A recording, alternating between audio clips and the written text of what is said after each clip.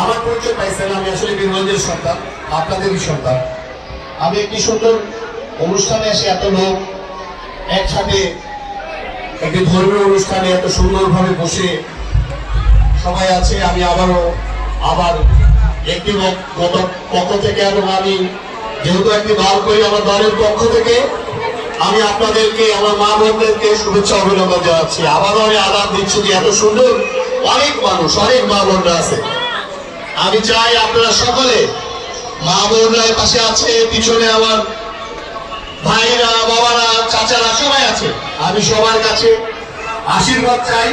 আমি আসন্ন উপজেলা নির্বাচনে উপজেলা চেয়ারম্যান পদপ্রার্থী। আমি বাংলাদেশ জাতীয়তাবাদী দলের একজন ক্ষুদ্র কর্মী। আমি দীর্ঘদিন থেকে দলের হয়ে, মানুষের হয়ে, এলাকার মানুষের হয়ে কাজ করে বেড়াচ্ছি, কাজ করে যাচ্ছি। আমি আপনাদের সাথে সুখে দুঃখে থাকতে চাই, আপনাদের পাশে থাকতে চাই। ঠিক সেভাবেই আপনারা আমাকে আপনাদের পাশে রাখবেন এই প্রত্যাশা করি। আর একটি কথা সর্বপ্রথম বলবো যে বর্তমান সরকার, এদেশের প্রধানমন্ত্রী, আমার প্রিয় নেতা, আমাদের দলের চেয়ারপারসন জনাব তারেক রহমানের জন্য আপনারা আশীর্বাদ করবেন। আপনারা সকলে যেভাবে বীরগঞ্জ টাউন 1 আসনের আমাদের প্রিয় নেতা, এই এলাকার কৃতি সন্তান, বিএনপির সভাপতি জনাব মঞ্জুর ইসলাম মঞ্জু ভাইকে ধানের শীষে ভোট দিয়ে যেভাবে আপনারা বিপুল ভোটে জয়যুক্ত করে সংসদে পাঠিয়েছেন, ঠিক সেভাবেই তিনি আপনাদের সকলের জন্য সংসদে বসেই ওনার প্রথম কথা আপনাদের প্রতি কৃতজ্ঞতা প্রকাশ করেছে, আপনাদেরকে অভিনন্দন জানাইছে। আপনাদেরকে অভিনন্দন এই জন্য জানাইছে, ওনারা আপনারা বিপুল ভোটে তাকে জয়যুক্ত করছেন। আপনাদের প্রত্যাশা একটাই, আমাদের প্রত্যাশা একটাই, উনি যেন বীরগঞ্জ টাউনকে সুন্দরভাবে পরিচালিত করে, বীরগঞ্জ টাউনের ব্যাপক উন্নয়ন করে। আমরা দীর্ঘদিন পর ধানের শীষের একজন প্রার্থী, একজন এমপি পেয়েছি।